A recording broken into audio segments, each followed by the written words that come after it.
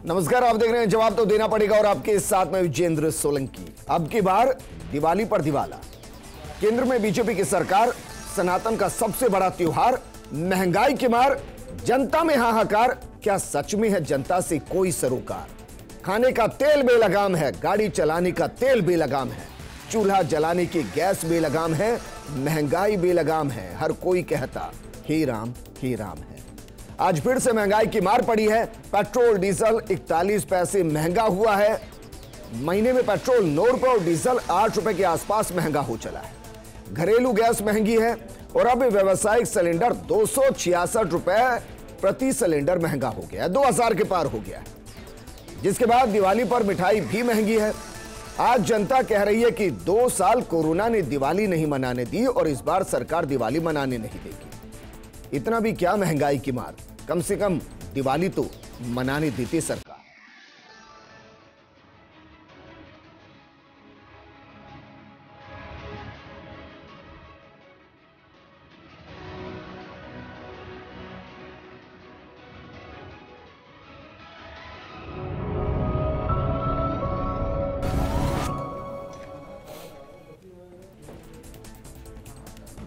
क्या वाकई में महंगाई यूं ही बेलगाम होती जाएगी और उसके पीछे तर्क दिए जाएंगे कि अंतर्राष्ट्रीय बाजार में तेल के दाम बढ़ रहे हैं, गैस के दाम बढ़ रहे हैं, विकास चाहिए तो फिर जेब से पैसा खर्च करना पड़ेगा, मानो इससे पहले देश में विकास होता ही नहीं था।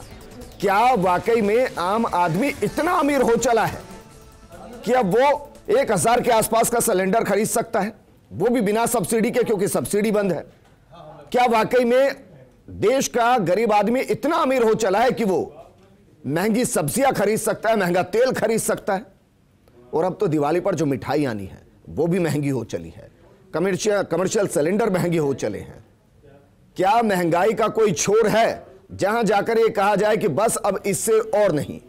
इस पर बात करने के लिए हमारे साथ मौजूद है बीजेपी नेता सुरेश गर्ग जी, कांग्रेस नेता आर तिवारी जी। सुरेश गर्ग जी, सर, मतलब कुछ ऐसा दिखाई दे रहा है आपको कि बस ये पीक आ गया है, अब इसके बाद आम आदमी की कमर को नहीं तोड़ना है, उसको राहत देनी यहां से शुरू करनी है? या मैं 2023 के इलेक्शन का इंतजार करूं, 2022 के इलेक्शन का इंतजार करूं, उससे पहले कोई राहत नहीं देंगे, कहीं नहीं देंगे, हर दिन एक चोट मारेंगे? सोलंकी जी, देखिए, अभी जो पेट्रोल प्राइजेज और डीजल की प्राइजेज जो बढ़ रही है वो इंटरनेशनल मार्केट के अंदर क्रूड ऑयल के दाम जो बढ़ रहे हैं उसकी वजह से बढ़ रहे हैं, क्योंकि हमने पिछले 1 साल के अंदर एक्साइज ड्यूटी बिल्कुल भी न बढ़ाई है। पेट्रोल पर 32 रुपये 90 पैसे एक्साइज ड्यूटी जो कई लंबे समय से चलती आ रही है। आप ये देखिए कि फरवरी 2021 के अंदर जो डीजल था, पेट्रोल में अब तक करीबन 26-27 रुपये की वृद्धि हुई है। उस वृद्धि के अंदर राजस्थान सरकार को लगभग 6.5 रुपए प्रति लीटर का राजस्थान सरकार को फायदा हुआ है, क्योंकि वेट जो है राजस्थान सरकार के अंदर परसेंटेज के बेसिस पे है। परसेंटेज पे बेसिस पे होने की वजह से राजस्थान को जब भी पेट्रोल और डीजल की प्राइसेज बढ़ती है तो राजस्थान सरकार को उसका फायदा होता है राज्यों को, जबकि केंद्र सरकार को इसमें किसी तरीके का फायदा नहीं है। मुझे बताइए, पिछले एक महीने में 9 रुपए बढ़ चुके हैं पेट्रोल डीजल पे। पिछले एक सप्ताह में लगभग 1.5 रुपए बढ़ चुके हैं पेट्रोल डीजल पे। क्रूड ऑयल में जरा बताइए कितना उछाल आ गया? मैं कह रहा हूं कि आजकल जब से इसको डिसेंट्रलाइज किया गया है, इस कंपनी के सुनिए तिवारी, ये जुमलों की सरकार अब की बार मोदी सरकार नहीं सहेंगे। आर तिवारी जी, सर रुकिए, सर प्लीज रुकिए। कम से कम सुरेश गर्ग जी रुकिए, सर सुरेश गर्ग जी रुकिए, sir R Tiwari ji please. Sir, मैं दोनों से रिक्वेस्ट कर रहा हूं, दोनों एक दूसरे को नहीं टोकेंगे, संवेदना से जुड़ा मामला है सर। इसको सर सुनिए मेरी बात, आप क्या कह रहे हैं? मुझे सिर्फ इतना बताइए, एक सप्ताह में क्रूड ऑयल के दाम कितने बढ़े हैं? बिल्कुल निश्चित रूप से क्रूड ऑयल के दाम बढ़े हैं, इस वजह से रेट बढ़ी है। सेंट्रल गवर्नमेंट की एक्साइज ड्यूटी में, मैं अपनी टीम को कहूंगा बीते एक सप्ताह के, सर मैं आपको दिखा रहा हूं, मैं आपको दिखा रहा हूं, सर मैं दिखा रहा हूं आपको 30 रुपए 90 पैसे एक्साइज ड्यूटी। ये देखिए सर, ये क्रूड ऑयल के दाम है, ये क्रूड ऑयल के दाम है। मैं आपको लाइव चार्ट दिखा रहा हूं सर, मैं अपने दर्शकों को दिखा रहा हूं, जरा देखिए इस चार्ट को, जरा समझिए। इस चार्ट में मैं आपको दिखा रहा हूं कि कब कब कितना कितना क्रूड ऑयल का दाम, और आपको समझ में आया इसलिए मैंने उसको रुपए में कन्वर्ट किया है। आज का जो दाम है वो 62-63 यानी कि 6263 के आसपास क्रूड ऑयल का दाम है। इससे पहले के दाम जरा देखिए, आपको समझ में आएगा कि दाम है क्या। सुरेश गर्ग जी देखिए जरा, मुझे बताइए ना कहां दाम बढ़ा है। मैं एक चीज जानना चाहता हूं कि सेंट्रल गवर्नमेंट ने जो पेट्रोल की प्राइस 32 रुपए 90 पैसे एक्साइज ड्यूटी है उसमें कोई तब्दीली नहीं की है। लास्ट नहीं सुरेश गर्ग जी, मैं आपको चार्ट दिखा रहा हूं। सुरेश गर्ग जी, सुरेश गर्ग जी, आपको डिबेट का वक्त पूरा करना है। सुरेश गर्ग, आर तिवारी जी नहीं बोलेंगे सर, जनता को पता चलना चाहिए कैसे बेवकूफ बन रही है। सुरेश गर्ग जी, फैसिलिटी दे रहे हैं, आज हमने 106 करोड़ बेवजह की बातें नहीं सुरेश गर्ग जी। 80 करोड़ जनता को सर चार्ट देखिए, छोड़िए ना, आर तिवारी जी नहीं बोलेंगे, आर तिवारी जी नहीं बोलेंगे सर, जब तक मैं इंट्रोड्यूस नहीं करूंगा नहीं बोलेंगे। सुरेश गर्ग जी, मजबूत हुई है आज बॉर्डर, सुरेश गर्ग जी, ये सब नरेंद्र मोदी जी सर बेवकूफ बना रहे हैं जनता का, बेवकूफ बना रहे हैं जनता का। आर तिवारी जी, आर तिवारी जी, बताइए कि बिजली की rate, R Tiwari ji, Suresh Garg ji expose होने लगे तो बाकी बातें करने लग गए। मैं आपसे पूछ रहा हूँ, सुनिए सर, नहीं मैं आपको क्रूड ऑयल का दाम दिखा रहा हूँ। राजस्थान में वेट की दर क्या है? सर छोड़िए ना। अरे बालाघाट भारतीय जनता पार्टी के मध्य प्रदेश की सरकार में 122 रुपए लीटर है। मध्य प्रदेश के बालाघाट में 122। आर तिवारी जी, मैं हाथ जोड़कर आप दोनों से रिक्वेस्ट कर रहा हूं, मुझे जनता की फिक्र है। ये पता होना चाहिए जनता को कि अगर सच में क्रूड ऑयल के दाम बढ़ रहे हैं तो ऐसे कितने बढ़ गए। तो मैं बोल सर रुकिए ना सर, प्लीज रुकिए, मैंने आज वो चार्ट ही निकाल लिया है। इस चार्ट को सुरेश गर्ग जी देखिए, इसमें मैंने पूरा बताया कि पिछले 8 दिन के अंदर क्रूड ऑयल के दाम 8 दिन पहले जो थे उससे कम है आज की तारीख में। मैंने इस चार्ट में बताया कि बीते 4 दिन में क्रूड ऑयल के दाम आज जो दाम है उससे 500 से 600 रुपए कम थे। इस चार्ट को फिर देख लीजिए सुरेश गर्ग जी। मैं ये पूछ रहा हूं कि जब क्रूड ऑयल के दाम कम थे तब भी 37 पैसे कैसे बढ़े हैं? और कल रविवार था, कल मार्केट बंद था, आज 41 पैसे कैसे बढ़े? और बीते एक सप्ताह में जब आज के मुकाबले 4 दिन पहले क्रूड ऑयल के दाम ज्यादा थे, आज 41 पैसे कैसे बढ़े हैं? क्यों जनता को झूठ बोला जा रहा है? सुरेश गर्ग जी। हाँ सोलंकी जी, मैं यही कहना चाह रहा हूं कि सेंट्रल गवर्नमेंट ने एक्साइज ड्यूटी के नाम से 1 रुपया भी नहीं बढ़ाया है पिछले 1 साल के अंदर। फिर वही बात, मेरी बात सुनिए, मैन्युफैक्चरिंग कॉस्ट अगर बढ़ती है तो उससे पेट्रोल और डीजल के दाम बढ़ रहे हैं। अगर आपकी, क्योंकि डेली उसके हिसाब पेट्रोल डीजल के अंतरराष्ट्रीय भाव क्या थे ये पूछो सुरेश गर्ग से। फायदा हुआ है, मनमोहन सिंह जी प्रधानमंत्री थे उस समय, देश के आम आदमी को पेट्रोल डीजल क्या भाव मिल रहा था? तो मैं कहना चाह रहा हूं कि आप वेट कम करिए, मेरी मां बहनों को रोटी पकाने की गैस आप सिलेंडर की बात कर रहे हैं, 1241 रुपए का सिलेंडर हुआ करता था जब यूपी की गवर्नमेंट थी। आज उससे नीचे की रेट है, आज हमने सब्सिडी बंद कर रखी है, कुछ स्टेट के अंदर सब्सिडी बंद है। सरकार देश के करोड़ों कोरोना काल की वजह से हमने सब्सिडी बंद की है, दीपावली अन्यथा कोई सब्सिडी बंद नहीं है। हिंदुओं के बड़े महोत्सव पर मेरी माँ बहन, मेरा दिल रोता है राम जी के जब जनता के मुद्दों पर भी इस तरीके की बातें होती है और कोई जनता को सच नहीं बताता है, दिल रोता है। महंगाई से आम आदमी परेशान है। सर रुक जाइए, प्लीज रुकिए। हमारे साथ सीसीआई के अध्यक्ष, रुकिए सर, हमारे साथ सीसीआई के अध्यक्ष डॉक्टर अनंत शर्मा जी जुड़ गए हैं। सर रुक जाइए, मैं दोनों से ही बात नहीं कर रहा हूं, रुक जाइए। सुरेश गर्ग जी, सर मैं आप दोनों को कह रहा हूं, अगर आप इस तरीके की डिबेट करेंगे मुझे कोई फर्क नहीं पड़ता, मैं डिबेट को यहीं क्लोज करूंगा। आपकी जनता के प्रति जवाबदेही नहीं है, मैं डिबेट क्लोज कर दूंगा, मैं 2 अलग गेस्ट बुला लूंगा। सीसीआई के अध्यक्ष डॉक्टर अनंत शर्मा जी हमारे साथ हैं। अनंत शर्मा जी, पिछले 6 दिन का मैंने क्रूड ऑयल का चार्ट अपनी पब्लिक को दिखाया। उस क्रूड ऑयल के चार्ट में कहीं भी बढ़ोतरी नहीं है, उल्टा बीते 3 दिनों के अंदर क्रूड ऑयल के दाम अंतर्राष्ट्रीय बाजार में गिरे हैं। सर मैं जानना चाह रहा हूं कि हर दिन क्रूड ऑयल के दाम क्यों बढ़ रहे हैं और ये कौन सी अंतर्राष्ट्रीय बाजार है जिसमें दाम गिरते हैं हमारे यहां बढ़ जाते हैं? रविवार को अंतर्राष्ट्रीय बाजार बंद होता है, हमारे यहां सोमवार को दाम बढ़ जाते हैं। ये कौन से मैकेनिज्म है सर? ये सीधा मैकेनिज्म है, जनता को गुमराह करके किसी भी तरह उसकी जेब से पैसे निकलवाने का मैकेनिज्म है। आप किसी के नाम पर भी कह सकते हैं कि इसकी वजह से रेट बढ़ रही है, लेकिन कुल मिला के इसकी जिम्मेदारी उन चुनी हुई सरकारों को लेनी होगी जो हमारे वोट से आज केंद्र और राज्य सरकार में बैठे हुए हैं। एक और केंद्र सरकार बहुत सी चीज़ों के लिए जिम्मेदार है और सीधे तौर पर पेट्रोल और डीजल की महंगाई के लिए भी जिम्मेदार है। वहीं राज्य सरकार को भी हम इस बात से फ्री नहीं कर सकते, क्योंकि राजस्थान उन राज्यों में से एक है जहां पेट्रोल और डीजल पर सबसे ज़्यादा वैट लगा हुआ है। तो निश्चित रूप से मैं ये कहना चाहूँगा कि इसमें पार्टी लाइन से हट करके जो भी सत्ताधारी दल हैं वो आम आदमी को राहत देने की उनकी मजबूत इच्छा शक्ति आने से नहीं आ रही है। ये पीछे 7 दिन बिल्कुल का आप चार्ट मैंने निकाला है। ये जो आपने बात की है इसको मैं बिल्कुल है, उसके बाद जो रिटार्डेशन है, जो नीचे गिरा, उस दिन भी हमारे दाम बढ़े हैं। जी, पॉलिटिकल से हटकर मैं इस पे आना चाहूंगा कि कहा जा रहा है कि पेट्रोलियम कंपनियां तय करती है, उनका एक मैकेनिज्म है, लेकिन जो मैकेनिज्म है वो बिल्कुल उसमें पारदर्शिता की कमी है, उसको लेकर के कोई स्पष्ट दृष्टिकोण नहीं है। किस आधार पर कीमत बढ़ाई जाती है, किस आधार पर कम होनी चाहिए, ये कहीं समझ में नहीं आता। जब चुनाव होते हैं किसी राज्य में तो सारा मैकेनिज्म रुक जाता है, कीमत बढ़ना रुक जाती है, और जब कहीं चुनाव नहीं है तो फिर अगर अंतर्राष्ट्रीय स्तर पर गिर रही है तो भी यहाँ बढ़ना शुरू हो जाती है। मैं कह रहा हूं इस लूट के लिए जनता को कौन जवाब देगा सर? इस लूट जब बाजार में दाम गिर रहे हैं, यहाँ दाम बढ़ रहे हैं। बिल्कुल दोनों सरकारों को और पेट्रोलियम कंपनियों को जवाब देना होगा।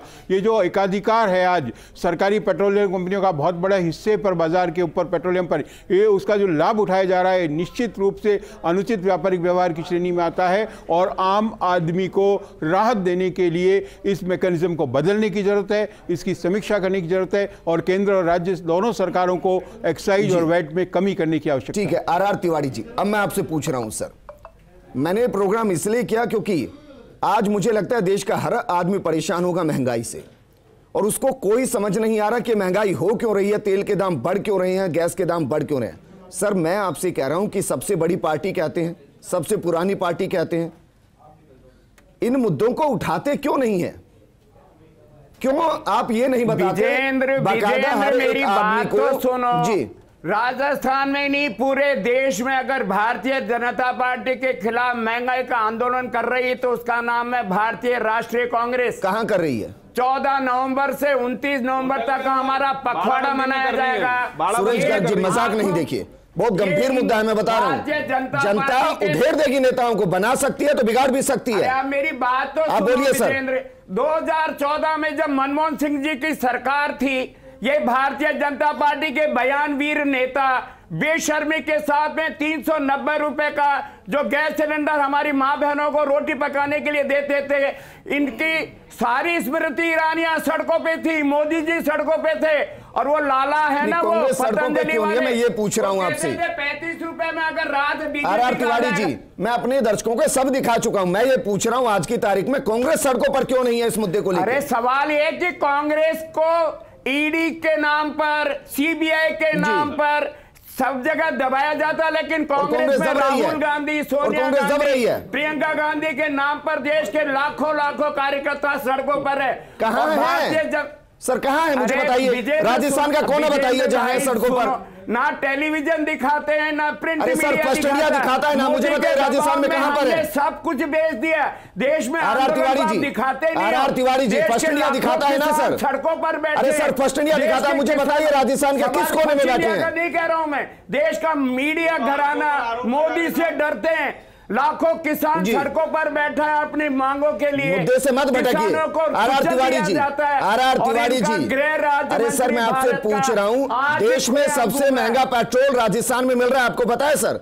गंगानगर में रिकॉर्ड टूट रहे हैं। मैं कह रहा हूं कांग्रेस कहां है? विजेंद्र सुनो, बालाघाट मध्य प्रदेश का जिला एक और है, वहां पर 122 रुपए लीटर पेट्रोल बिक रहा मामा शिवराज के राज में। आप राजस्थान की सरकार को कोसते हो, दिल्ली की सरकार से बात करो, 1.5 लाख करोड़ हर महीने इनको राजस्व मिल रहा है। अच्छा, और एक आंकड़ा मैं आपको देता हूं, मंत्री का आज बयान आया है। आर तिवारी जी, एक आंकड़ा मैं आपको दे रहा हूं, सुनिए सर, अगर मैं गलत हूं तो मुझे आनंद शर्मा जी सही करेंगे। आर तिवारी जी, आपको पता है कि जो वैट यहां पर बढ़ाया गया है उसकी वजह से राजस्थान के अंदर जो पेट्रोलियम की कंजप्शन थी वो 30% घट गई है।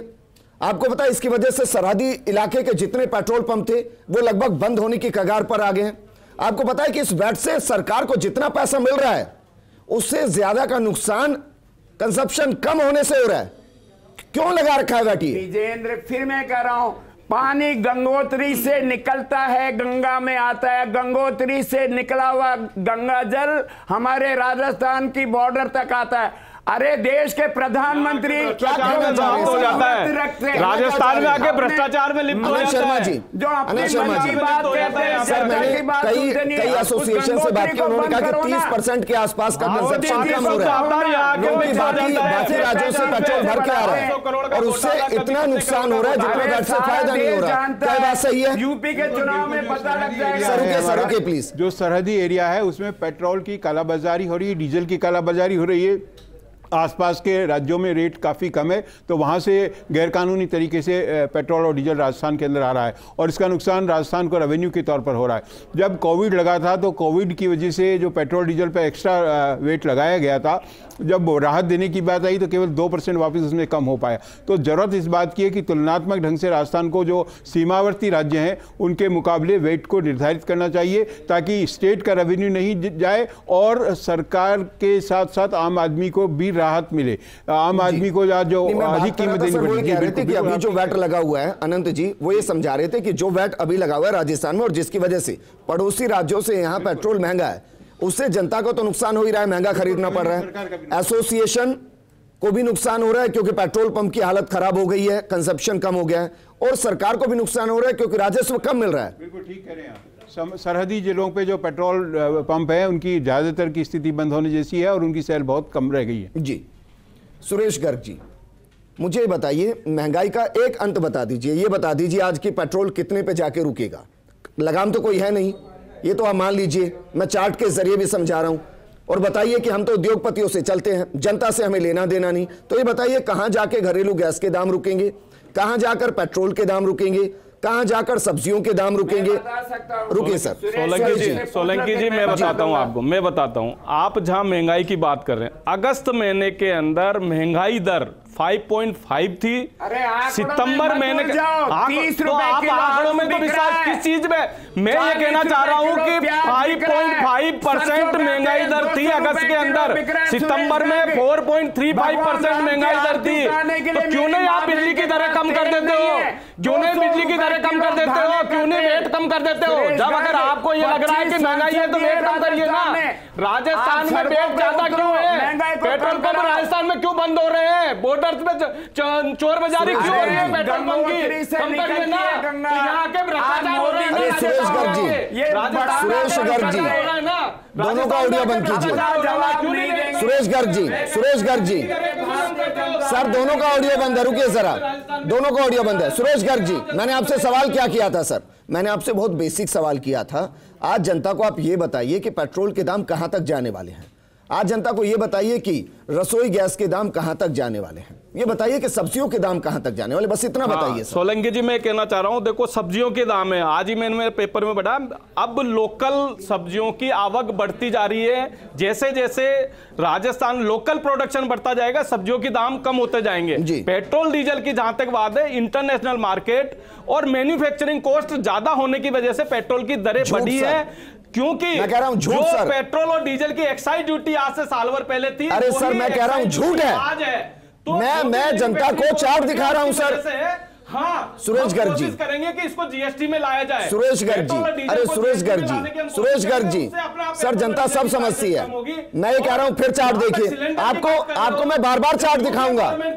सुरेश गर्ग जी, सुरेश गर्ग जी, आज हम सुरेश गर्ग जी मानते हैं हमने सब्सिडी बंद की। अरे सर मैं आपसे क्या कह रहा हूं सर, सुनिए ना, एक तो ये कहना बंद कीजिए कि अंतरराष्ट्रीय बाजार में दाम के हिसाब से फ्लक्चुएशन होता है, और अगर ये कहेंगे तो इस चार्ट पर जवाब दीजिए। सोलंकी जी मैं कह रहा हूं इंटरनेशनल मार्केट में और डॉलर प्राइसेस दोनों के ऊपर डिपेंड करता है, इसके बाद मैन्युफैक्चरिंग कॉस्ट के ऊपर डिपेंड करता है। सेंट्रल गवर्नमेंट ने किसी तरीके का कोई टैक्स बढ़ाया नहीं है। मैं एक चीज जानना चाहता हूं कि राजस्थान के अंदर अगर बिजली की दरें बढ़ रही है, पानी की बिजली दरें बढ़ रही है, तो उसके ऊपर क्यों नहीं ध्यान दिया जाता है? और आज महंगाई दर सबसे लोवेस्ट है, 4.3% की महंगाई दर सिलेंडर बढ़ाया आज आपने, सबसे लोवेस्ट है पिछले साल दिवाली पर कमर्शियल सिलेंडर आपने बढ़ा दिया, मिठाई तक महंगी हो गई है सर, मिठाई तक महंगी हो गई है। गवर्नमेंट दे रही है जिससे कि खाद्य तेलों की प्राइसेस कम आ रही है, और जैसे जैसे अभी प्रोडक्शन आएगा, एग्रीकल्चर प्रोडक्शन बढ़ रहा है, रेटें कम चली क्या भाव लाओगे गर्ग साहब? आपको तो मोदी जी पैसा दे रहे हैं, आपको तो पता नहीं है आम आदमी कहां से लाएगा? जनता को दे रहे साहब, आप तो जेब में भर रहे हो पैसे, हम तो जनता को दे रहे हैं। आपके नेता ही बोल रहे थे सुरेश गर्ग जी, सुरेश गर्ग जी, पूरा ही पूरा आर तिवारी जी, सुरेश गर्ग जी, मुझे बताइए लास्ट टाइम उज्ज्वला की सब्सिडी कब डाली थी, जरा बताइए। कोरोना काल से बंद कर रखी है सब्सिडी। अरे सर, लास्ट कब डाली थी बताइए ना मुझे। सब्सिडी बंद कर रखी है, अब आने वाले टाइम में सब्सिडी, क्योंकि कोरोना काल मुझे एक बात बताइए सर, सुनिए ना, एक बात बताइए ना मुझे, जब आदमी भूखा होता है, सुरेश गर्ग जी, खाने की जरूरत कब होती है सर? उसमें पैसा लगा। सुरेश गर्ग जी, खाने की जरूरत कब होती है? जब आदमी भूखे पेट होता है या भरे पेट? 11 करोड़ उज्ज्वला कनेक्शन है, 11 करोड़ उज्ज्वला कनेक्शन है। लकड़ियों पे खाना बना रही है, चूल्हे पे खाना बना रही है, आपका सिलेंडर उन्होंने आप दोनों का बहुत बहुत शुक्रिया सर, जनता तक मुझे जो पहुंचाना था पहुंचा दिया। लेकिन आज ये बात तय हो गई कि जनता को जवाबदेही के लिए कोई तैयार नहीं है। आरोप एक दूसरे पर लगाते रहेंगे, इसलिए मैं इस डिबेट को यहीं खत्म कर रहा हूं।